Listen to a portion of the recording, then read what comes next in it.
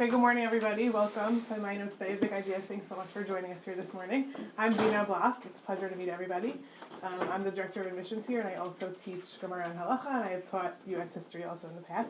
Hence the topic here. Session 1 of the Day of Big Ideas should begin now and will go until 11:40. Session 1 begins now and goes until 11:40.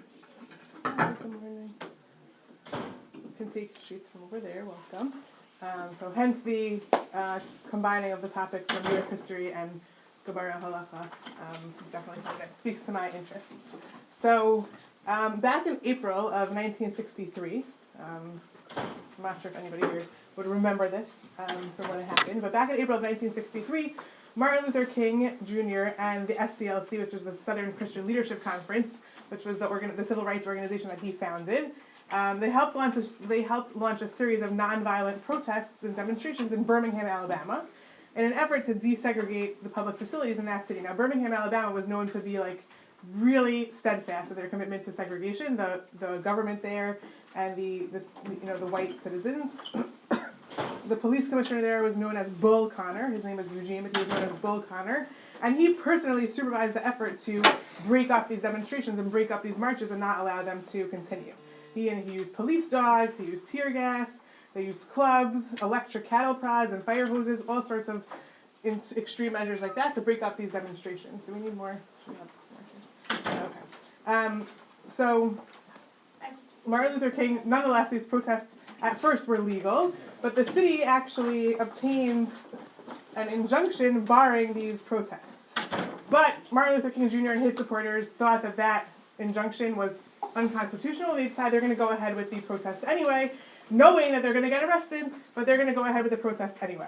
So, and Martin Luther King Jr. himself decided he's going to participate in these protests, knowing that he himself is going to get arrested. So that's exactly what happened. They went ahead with the protests. Someone will grab us some more chairs, maybe? Okay, great. Here, you can take sheets from here.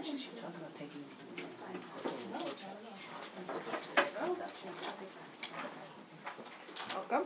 Okay, so that's exactly what happened. They did these demonstrations, they did these protests, which the city had said they can't do, and numerous participants got arrested, including Martin Luther King Jr. himself, and he was put in jail.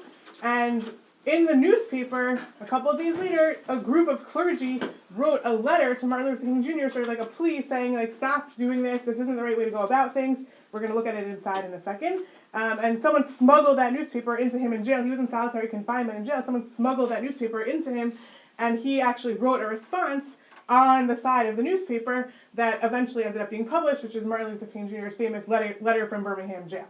So we're going to look at those two those two primary sources from American history, and then I want to think about what does Halacha maybe have to say about this, about these concepts, and then we'll try to tie it back together at the end. So source number 1 on page 1 of your sheet is the letter to Martin Luther King Jr. from a group of clergymen published on April 12, 1963 in the newspaper. And they said, "We clergymen are among those who in January issued an appeal for law and order and common sense in dealing with racial problems in Alabama." So they're saying we acknowledge that there's a problem here that we want to deal with, that we want to handle. We express understanding that honest convictions in racial matters could properly be pursued in the courts. The best way that they think these clergy to go about handling these issues is to deal with it in court, bring lawsuits, try to make arguments in front of the judges, and get change to happen that way. but we urge, right, that the decisions of those courts should in the meantime be peacefully obeyed. Whatever the courts decide in the meantime, even if you want to appeal, even if you want to bring further suits, even if you want to try to continue to further change, in the meantime you have to obey what the courts say. However, we are now confronted by a series of demonstrations by some of our Negro citizens, directed and led in part by outsiders. So these are the clergymen local in Birmingham, and they say now what's going on here is outsiders who don't even live here, they don't even belong here, they're coming in and they're doing these demonstrations. We recognize the natural impatience of people who feel that their hopes are slow in being realized, and we understand that this is a natural reaction to have, that these people really have strong convictions and they have a dream and they feel very committed to this ideology, and change is happening slowly, so they're losing patience. We get that, but we are convinced that these demonstrations are unwise and untimely. They're saying, nonetheless, we think these demonstrations are not a good idea. We agree rather with certain local Negro leadership, which has called for honest and open negotiation of racial issues in our area. We'd rather go with the local leadership, not the people who came in from outside, who think that we should sit down at the table and talk and negotiate. And we believe this kind of facing of issues can best be accomplished by citizens of our own metropolitan area, white and Negro, meeting with their knowledge and experiences of the local situation. And right, they don't like the idea of outsiders coming in. Martin Luther King Jr. was an outsider in Birmingham. That's not where he was from. And they don't like the idea of outsiders coming in and trying to make a ruckus. They want the local people to sit down and work it out. All of us need to face that responsibility and find proper channels for its accomplishment. So this is just a short excerpt from the letter. You actually look at the whole letter, and you can actually see all the names of the clergy who had signed by. I always just find it interesting that there's actually a rabbi on the list who signed this letter. And Martin Luther King Jr. wrote, again, on the side of the newspaper that was smuggled into him, his response, defending his action. So that was published that was written a few days later, in source number 2.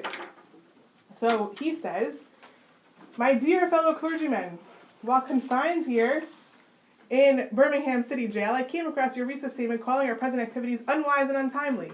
I read in the newspaper what you said, but since I feel that you are men of genuine goodwill and your criticisms are sincerely set forth, I would like to answer your statement in what I hope will be patient and reasonable terms." So he's saying, I'm going to dignify what you argue with a response, because I think that you have good intentions. I'm not going to just ignore you. I'm going to respond and explain my philosophy. And this is Martin Luther King Jr.'s philosophy throughout the civil rights movement, but this is sort of really a place where he defines it very clearly, step by step. So it's a really good place to go to see what he really believes. So he says, in any nonviolent campaign, I'm in source number 2 on page 1 in the 4th line down at the end. In any nonviolent campaign, there are 4 basic steps. So Martin Luther King Jr. obviously was quite famous for nonviolent protests, right? That was his philosophy, that was his approach, never to use violence. To gain sympathy of people across the country by always being the victim and never, ever, ever to use violence, not even in response, not even in self-defense if someone was attacking him. And he's going to explain how this works. And so in any nonviolent campaign, there are 4 basic steps. Number 1, collection of the facts to determine whether injustices are alive. So let's look around us and see, are injustices really going on? So definitely they did that in Birmingham, and they saw injustices. Number 2, negotiation. Let's try to fix it by negotiating, by sitting down, by talking, by saying there's injustices going on. Can we fix them? Can we make a change? 3, self-purification. And 4, direct action. So self-purification means sort of looking inside ourselves. And direct action is when no changes have happened through the negotiation, and we see that there's still changes that need to be made, there are still injustices on the ground. Direct action is nonviolent, always nonviolent, but protesting and taking action, whether it's the bus boycott in Montgomery, that was really the first thing that he did in 1955, or other sorts of activities like that, to really try to create drama, which is what he's going to explain, to create tension, to create drama that's going to force negotiation to happen, right? The ultimate goal is really that negotiation, but if the other side's not willing to come to the table, we have to do something dramatic to get them to the table. So he says, we have gone through all of these steps in Birmingham. There can be no gainsaying of the fact that racial injustice engulfs this community. It is clear that racism exists in Birmingham, right? So that's number 1. They know that there's injustices. Birmingham is probably the most thoroughly segregated city in the United States. But the political leaders consistently refused to engage in good faith negotiations, so they would try for number 2, but it didn't happen. So we had no alternative except that of preparing for direct action, whereby we would present our very bodies as means of laying our case before the conscience of the local and national community. So we're going to physically stand and protest to say, this cannot go on. We have to, the other side of the table, the other side has to come to negotiate with us. And the way that hopefully works is that, they get TV coverage and they cause drama and they cause tension and they get sympathy, and then there's pressure on the other side to come to the table. You may well ask, why direct action? Why sit-ins, marches, etc.? Isn't negotiation a better path? You are exactly right in your call for negotiation. Indeed, this is the purpose of direct action. So like I was saying before, and like Martin Luther King Jr. is explaining here, the purpose is to get to the negotiating table, but sometimes if the other side refuses, you have to go to other means to get them to come. Nonviolent direct action seeks to create such a crisis and establish such creative tension that a community that has constantly refused to negotiate is forced to confront the issue. It seeks so to dramatize the issue that it can no longer be ignored. So So the purpose of the direct action is to create a situation so crisis-packed that it will inevitably open the door to negotiation. So like we said, that's the end goal. So that's what they do. We know through painful experience that freedom is never voluntarily given by the oppressor. It must be demanded by the oppressed. So the problem, though, that the clergymen really have with what Martin Luther King Jr. does, which is going to be the focus of our topic today, is that they don't just sort of like, what was the problem in Birmingham? Not that, they did the demonstrations before, and Bull Connor tried to break them up, but then the city actually got an injunction barring the demonstrations and saying these are no longer legal. And Martin Luther King Jr. came along and did it anyway. He was willing to break the law. So they never use violence, but they are willing to break the law. They are willing to engage in civil disobedience. And that's what the clergyman has the biggest problem with. You have to go through the courts, and in the meantime, till the court makes a different decision, you have to obey the decision of the court. So that's what he's going to respond to now. On the bottom of page 1, he says, right, you express a great deal of anxiety over our willingness to break laws. This is certainly a legitimate concern, since we so diligently urge people to obey the Supreme Court's decision of 1954 outlawing segregation in the public schools. It is rather strange and paradoxical to find us consciously breaking laws. He's saying, I recognize the paradox here. I'm going around telling everybody, you have to desegregate the schools like the court said in 1954, but I'm also willing to break other laws. Isn't that hypocritical? So he's going to try to explain why he thinks he's justified. And he says,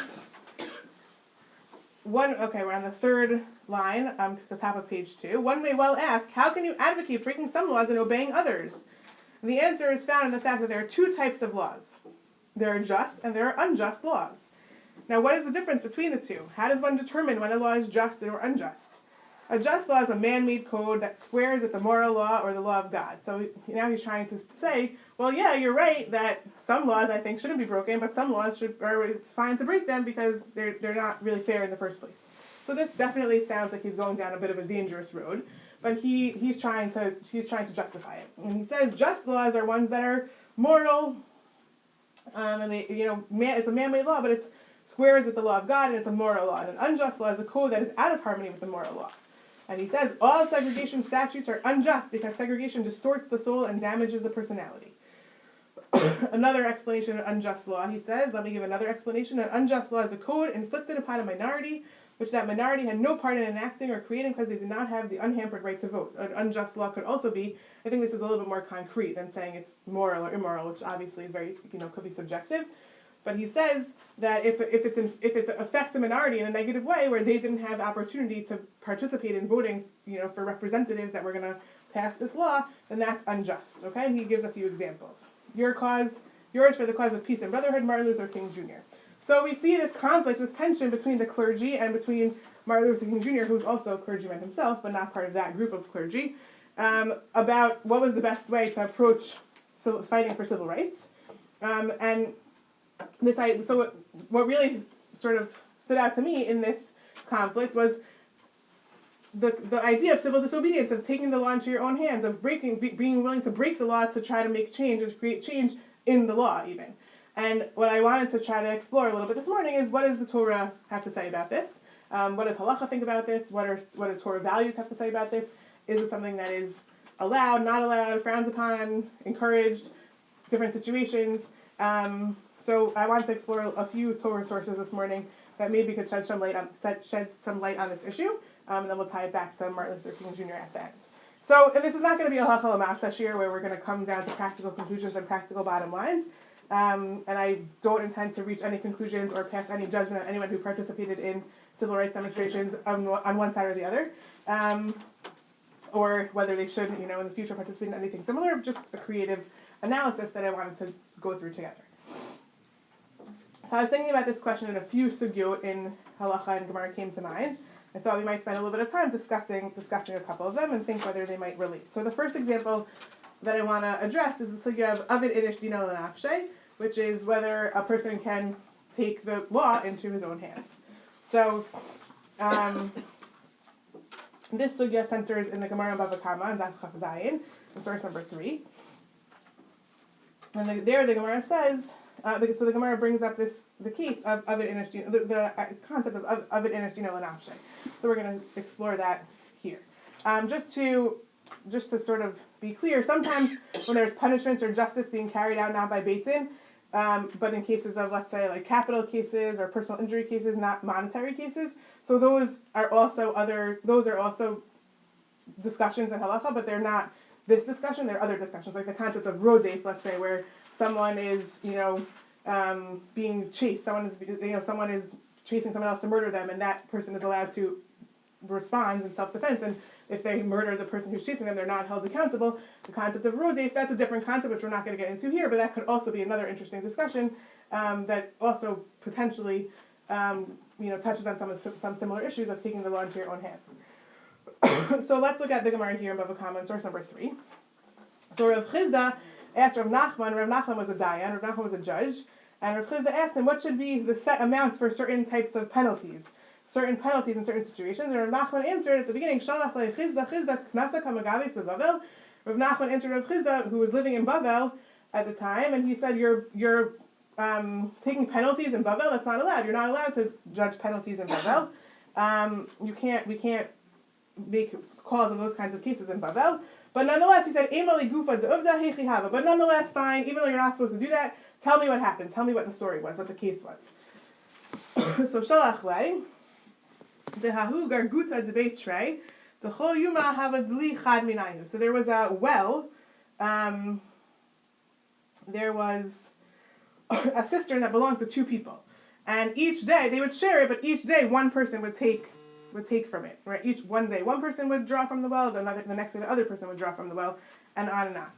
Okay, but one day what happened? So we're in source number 3 on the second line. One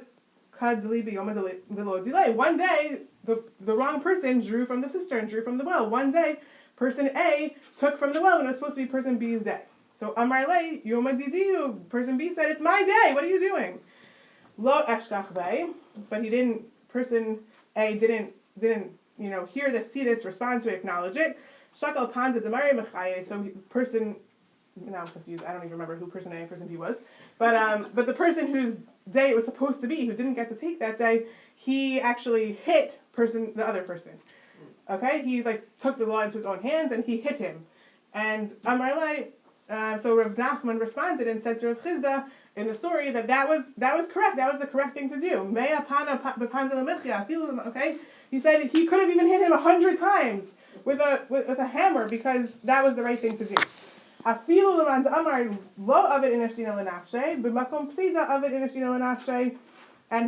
Nachman says that this hinges on a debate about this concept of avid inish dila nafshe. Can you take the matters into your own hands? Can you take the law into your own hands?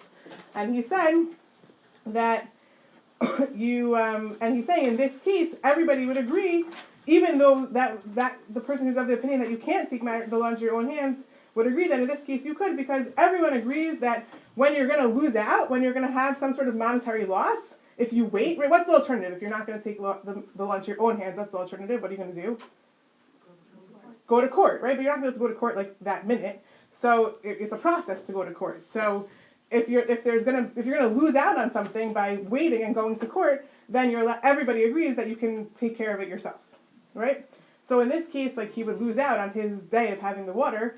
So everyone agrees. So Rav Nachman saying to Rav Chizda, everyone agrees that it was okay for him to hit the guy because he was allowed to take care of it himself. And then Rav Nachman points out, and this hinges on this general debate, to Itmar Rav Yehuda Amar, Lo avid inish dina l'nafshe, Rav Nachman Amar avid inish dina l'nafshe. We're on the 3rd line and going to the 4th line in source 3 on page 2. There's a debate between Rav Yehuda and Rav Nachman. Rav Yehuda says, you can't take matters into your own hands, and Rav Nachman says you can. But where there's going to be a loss,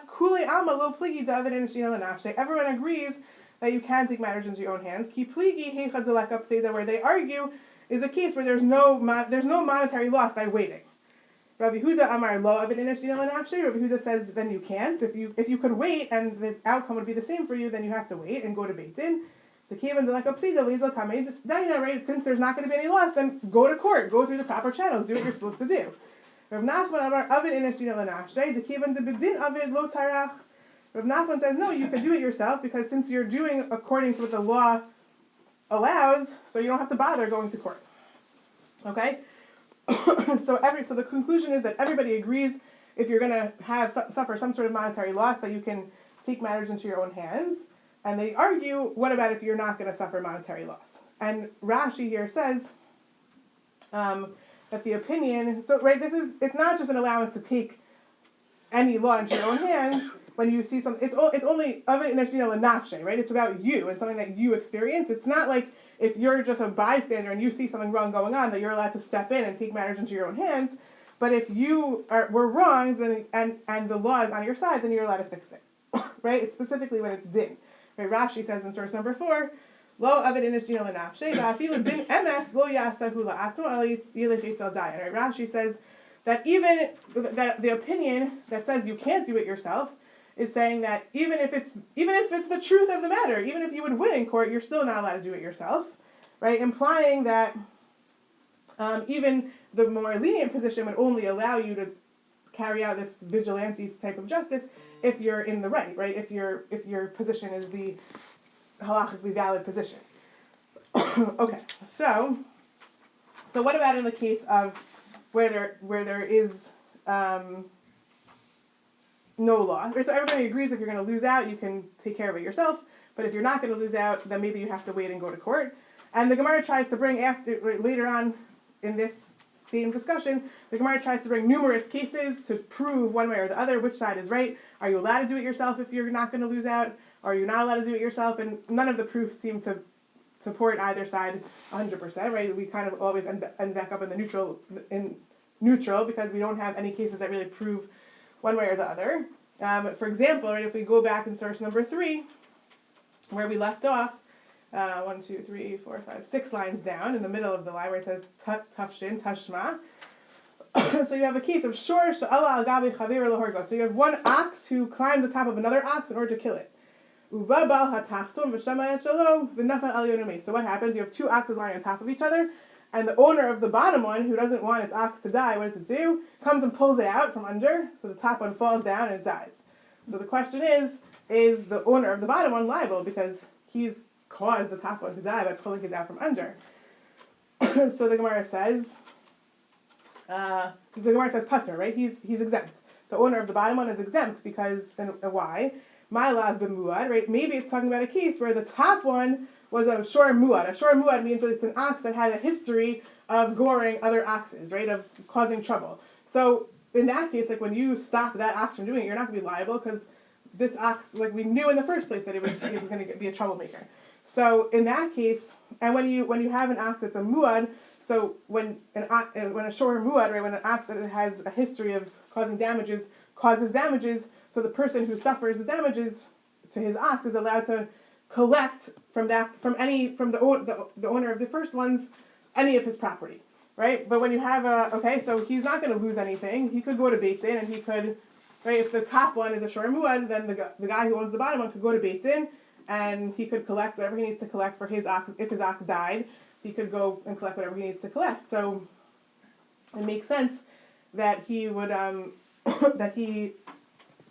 right. So that's a case where he wouldn't lose out by going if he didn't pull his ox out of the bottom, he wouldn't lose out because what was the alternative? If he didn't pull his ox out, his ox was going to die.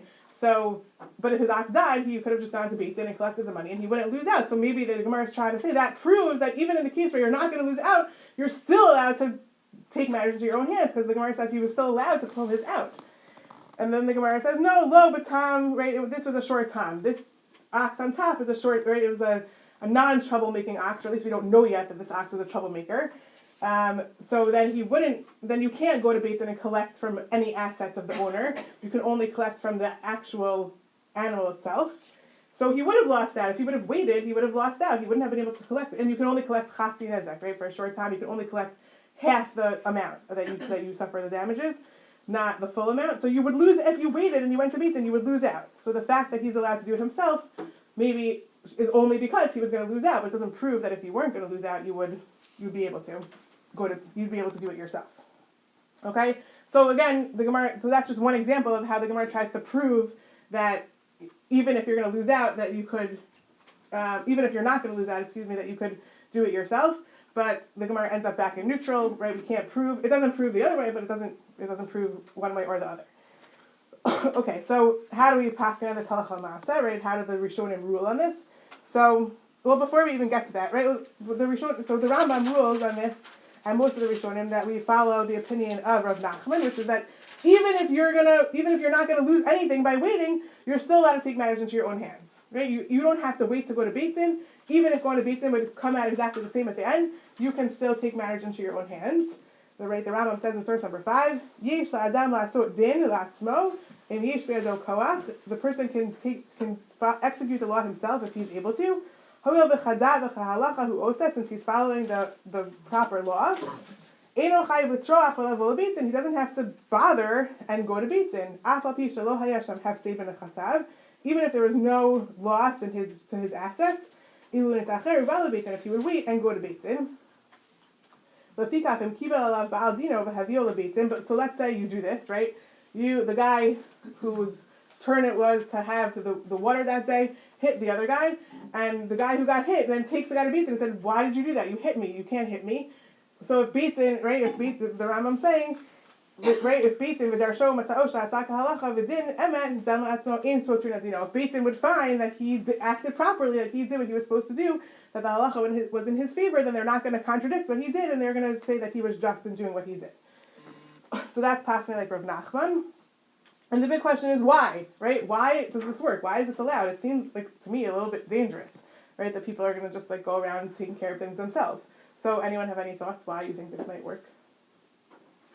Or why halacha allows this? I mean, already in the sources we've kind of seen a little bit, but any thoughts from anybody in the audience? So yeah. Would cause them not to do it. Maybe.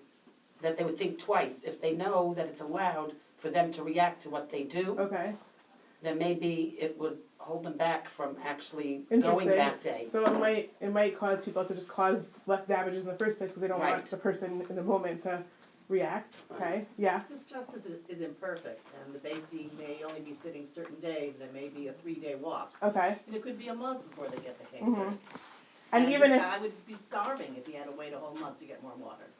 Well, presumably the next day he was going to go back to the right. Perhaps, but even with back and forth. In the case of the shore, if he's using that ox to plow his fields, if that ox dies, he can't plow his fields. So even in the end of the day, even if at the end of the day, like he's not going to suffer a loss, the interim loss is enough to allow it. And I was saying that's a public detriment. People know you're going to get a ticket for parking in the wrong place. So even though the deterrent. Right. Okay. Okay. Great. So I think you're raising a lot of the important issues here. But what you're saying, I think, is that a possibility of why it's allowed is that halacha sort of allows people on their own to sort of act as an arm of Beit Din. You're like acting as an extension of Beit Din. Since this is what Beit Din would do, but Beit Din is limited because they have to be in a certain place at a certain time, and there has to be certain people there. They can't like operate 24/7. And the next minute have a discussion. Have a claim in Beit Din. So people have the opportunity to operate as an extension of Beit Din, as the arm of Beit Din. And maybe that's why it works, because halacha gives people the power to operate that way. Right? The other possible way of looking at it is that halacha actually allows for some concept of vigilante justice, of acting in self-defense, of defending yourself when you're wrong, or of correcting an injustice that you see in society. And Rav Yosef Tzvi Rimon, who's a Ram in Yeshivat Har Tzion in Goshen, Israel, he actually ties this conceptual distinction to the opinions of the Gemara, and he says that if we think that it's about correcting an injustice that you see in society and about acting in self-defense and vigilante justice being something that halacha allows for, then that would only work in a case where you're going to suffer a loss. But if you think that if you're not going to suffer a loss, then there's not really an injustice per se, right? Yeah, you have a question? What you said was also that it has to be you. If I see something happening to somebody else, I can't step in and do something. So that's a difference also. Right. So I'm not sure which side that makes us think it falls on, but I think it's an important point to bring up. Yeah. I'm curious about what the halachic limit is, because we would all know you shouldn't go out of your way to kill someone for not go out of your way, but killing someone is different than hitting them, right? What's the halachic limit of where this concept of being able to take matters into your own hands? What's the halachic parameter for that? You mean what kinds of cases are you allowed to do? It's really about it's really about monetary losses. So and it's just for Nezikin, monetary damages, shor muad, all that fun stuff. Yeah. Not like a life and not like a capital deal. I mean, there's halachos of rodef, and like we talked about earlier, that there are other halachos that come into play there that might be similar, but it's not this concept. Okay. Yeah. But if you look at modern time, I know you're not looking at modern time. I'm married to a litigator. These court cases go on for 8-9 months. You just have a trial, where his client won, but it took 9 months for it. So what was he going to do? I mean, right. So it could be that the other perspective in halacha is that even if at the end of the day you're not going to suffer a loss, that halacha allows the even if you are going to suffer a loss, you shouldn't do it, because that's what happens nowadays. Otherwise, everybody would just. How can we follow this halacha now in our society? That people would take matters into their own hands. Yeah. I mean, these cases take. I mean, I always say to my husband, "This is ridiculous." Because a person could be suffering. He had one client that was suffering for a year. They didn't have no money to eat on. My husband gave him money. They end up winning.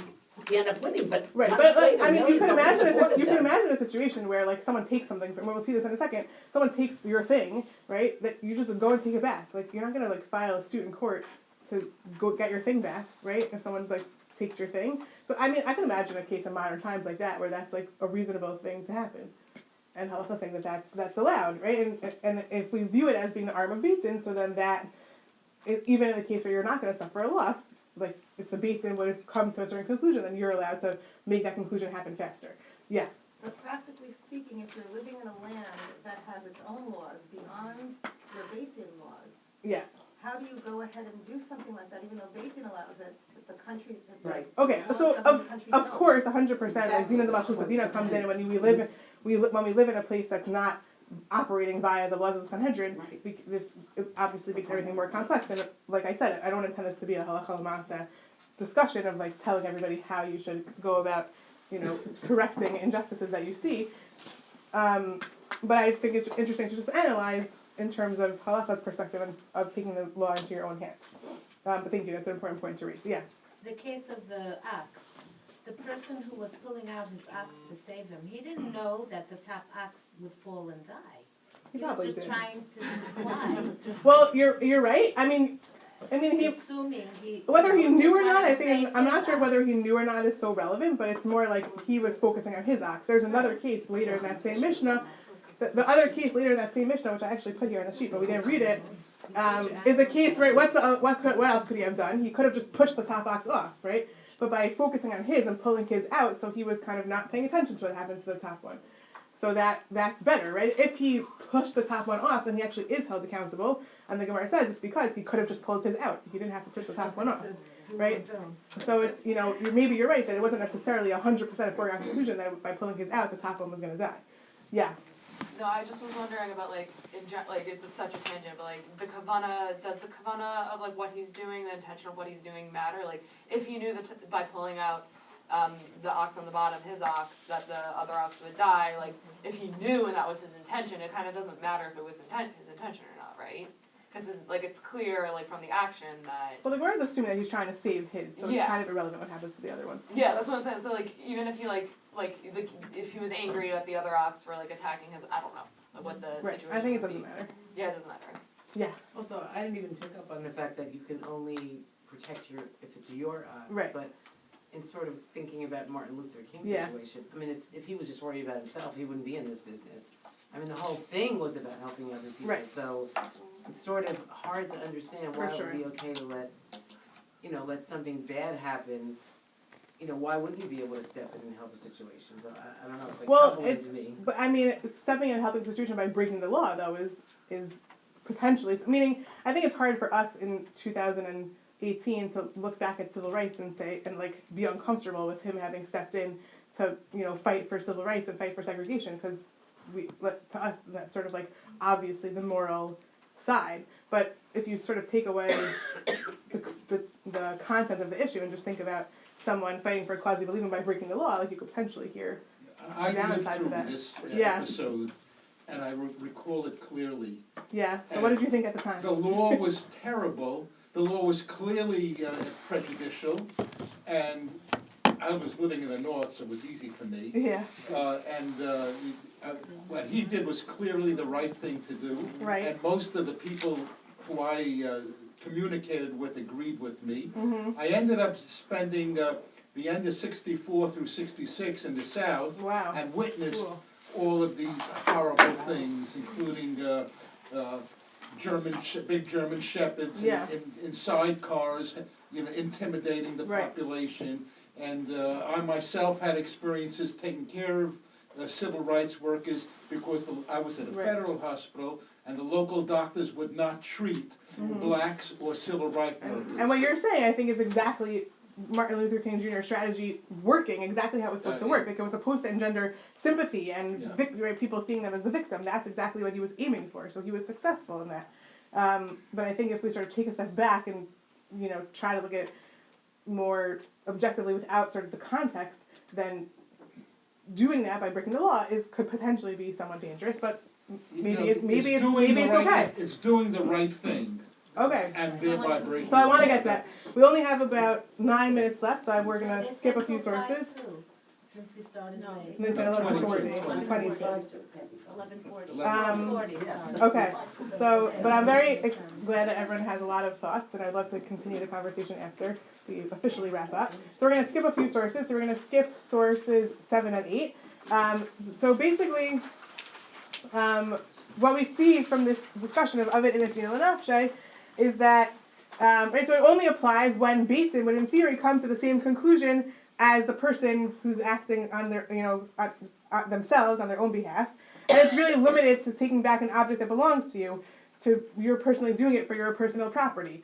So it doesn't necessarily, it's not a perfect parallel to the case of Martin Luther King Jr. like everyone was just pointing out, because first of all, he was acting, not only on behalf of himself, but also on behalf of the community. And, segregation statutes were on the books. Segregation was illegal. So he would, according to this case, he would not have been justified in taking the law into his own hands, because that's not the conclusion that the courts would have come to, at least not yet, right? And that's what the other clergymen were saying, was you have to go through the proper channels in court. So, again, it's not an exact parallel, because it's not exactly monetary cases, but sort of conceptually, I thought it was interesting to think about, how halacha seems to think that maybe you're only justified in doing something yourself when, as opposed to going through the courts when the courts would come to the same conclusion. So that would be, sort of against Martin Luther King Jr. Yeah. But when he was in the Deep South as a black man, he was subject to these exact abuses and prejudices as the people that were living there. So it was okay, so fair enough, but nonetheless, the segregation statutes were still on the books, and the conclusions that he reached would not be the conclusions that the courts reached. But I want to explore very quickly two other issues, and that ties into what you, sir, I don't know your name, sorry, what we're bringing up about sort of just doing what's right. So another possible, idea in halacha and in Torah values that could relate here is in source number 9. Okay, so in source number 9, we have a Gemara that talks about the concept of the idea of a king asking you to violate a halacha, right? Normally a king has tremendous power, and you're not supposed to violate what the king says. If you do, you're considered a morid b'malchut, right? It's considered treason, and the punishment for that is execution. You're not allowed to violate what the king says. But nonetheless, the Gemara in Sanhedrin tells us in number 9 that there's an exception to that. So let's see. The Gemara says dichtiv, but so this is a case of Yoav, who was a general, being called in front of Shlomo HaMelech, and Yoav had killed another general named Amsa. And Shlomo HaMelech was asking him, why'd you do that? And Yoav says it's because Amsa was morid b'malchut. He violated the king's orders, and that was treasonous, so I was allowed to kill him. So the Gemara says, so the king had told Amsa to gather all of the people from, all the men from Yehuda in 3 days. And the Gemara, the Torah, the Nach tells us that Amsa did this, he gathered all the people, but he was late. He didn't do it within the 3 days. So Yoav viewed that as him violating the king's orders. He didn't do what the king said. So he was morid b'malchut. But then Shlomo HaMelech said, Amar lei, Amsa achin v'rakin darash. Amsa, he would darshan, right? He would read into the achs and the raks, right? The buts and the onlys in the king's orders. So what happened in the story with Amsa and the king? He saw when he went to gather these troops, when he went to gather the people, he saw they had just started learning a new masechta. They had just opened up a new book. They had just started learning. And he said to himself, Amar ksiv kol ish asher yamed pi chavalo yishama devarecha lechol asher tetzaveni umat. The Torah does say that anyone who violates who goes against the words of the king and doesn't listen to the king should die. Yachol afilo divrei Torah, that maybe that would even be the case for learning Torah and for keeping the words of Hashem, the words of the Torah. Talmud Omar rak chazak ve'ematz, right? So the rest of that pasuk says that you should you should be strong, and he's looking at that rak as sort of creating an exception to the normal case, right? Normally you're not allowed to violate what the king says, unless the king is telling you to violate a din Torah, violate a halacha, violate a Jewish law, or to compromise on your learning Torah. In this case, so that would be that you're not allowed to do that, right? You're not allowed to listen to the king over the melech melchei hamlachim, right? If it's a choice between the human king or God, you have to choose God. So I think this, again, this is an exact parallel. I think this is more homiletic, but it could imply that when a government, and this is what Martin Luther King Jr. was saying, right? When he was trying to define just and unjust laws, and he said it's just if it goes along with morals and with God's law. So obviously that's complicated because not everybody agrees what God's law is. But this is an idea within our halachic system that when government requires violating a more fundamental truth, that you don't do it, you don't follow the government. And again, this isn't an exact parallel, but it could be an interesting theoretical comparison. And the last thing that I wanted to look at very quickly, because we're almost out of time, another concept in halacha that could possibly give us food for thought here is the concept of eight lasot lashem. So source number 10 is the Rambam also just going over this halacha that you're not allowed to violate Hashem's law for the sake of the king. And when we talk about, so then the next couple of sources are about this concept of eight lasot lashem. So who here has ever heard of the concept of eight lasot lashem? What do you think it means? Eight lasot lashem hefeiru toratacha. A time to do it. Okay, there's a time to do what? The mitzvahs. So there's a time. So normally we think of eight lasot lashem as a time to violate mitzvahs hefeiru toratacha because for the sake, because the Torah has been violated. So now in order to protect the Torah, to make sure that the Torah is preserved, we have to violate the Torah. We have to sort of be compromised on something for the bigger picture, for the bigger idea. If you look at the context in the pasuk in Tehillim, it actually seems to be the opposite. Right? The context seems to be that when people are trying to undermine the Torah, right now I'm not in a source. I'm just speaking outside, and then I'm going to go to source number 10. The context in the pasuk in Tehillim seems to be that when Zidim, right, when people who are anti the Torah are trying to undermine the Torah, that we're supposed to be stronger in Torah, right? But if you look at the Gemara Brachos in source number 11, it potentially flips that on its head, right? The Gemara says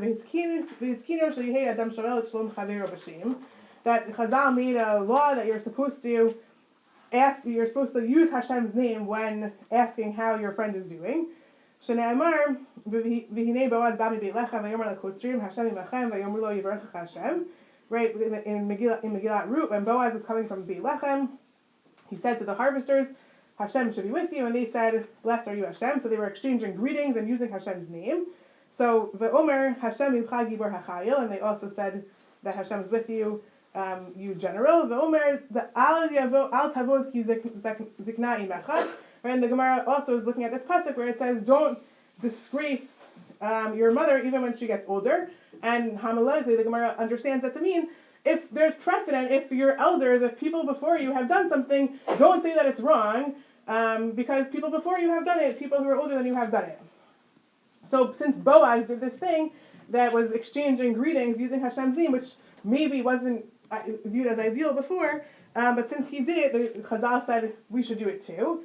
And then the Gemara brings another source, Omer Hayela So Hashem Hefeiru Toratacha. Another support for this is we want to make sure. Session number 1 should wrap up in about a minute, okay. And we will still start session number 2 at 11:45. Thank you. Okay. I'll catch that. That in order to protect it, since the Torah was going to be potentially compromised, we should since it's a time to make sure that Hashem's Torah is protected, we're going to do something that possibly wasn't ideal. Rabbi Natan Omer, Hefeiru Toratacha mishum eilat lasot lashem. Rabbi Natan says you're going to violate the Torah because it's an eilat lasot lashem. It's time to do something that that's for God, so we're going to violate God's law in one area in order to make sure that we're protecting this, the longer term. Other examples of where this comes up, which I wanted to go through, but we're out of time, is there's a story in the Gemara about wearing the big day kahuna outside the Beis Hamikdash, which wasn't supposed to happen. Most famous example of Eilat Sot Lashem is, anybody know? Writing down the Torah Shabbat Peh, right? Torah Shabbat Peh was supposed to be only oral, but we have entire shelves of books where it's all written down. Right, look around us. So that was allowed because of Eilat Sot Lashem Hifei Torah Techa. And a couple other examples that come up in the Gemara. This has been applied also over the years in different response literature. And we don't know exactly where we draw the line and when we say this is allowed. But nonetheless, I think sort of tying together all of these sugyot, Eilat Sot Lashem, and not violating the law of the king, of the law of Hashem for the sake of the king, and of an Inesh Dina L'Nafshe, and the situation of Martin Luther King Jr., I think they're all really about protecting a fundamental truth and protecting what's right by sometimes having to go to extreme measures in order to do that. And again, practically, where to draw the line, I think is somewhat complicated and, important food for thought. But the idea here is that halacha also endorses this concept of sometimes having to go outside our normal boundaries in order to protect the fundamental truth and to make sure that our, underlying values are really the ones that are championed at the end of the day. So thank you so much for joining us here today. Have a great rest of the day.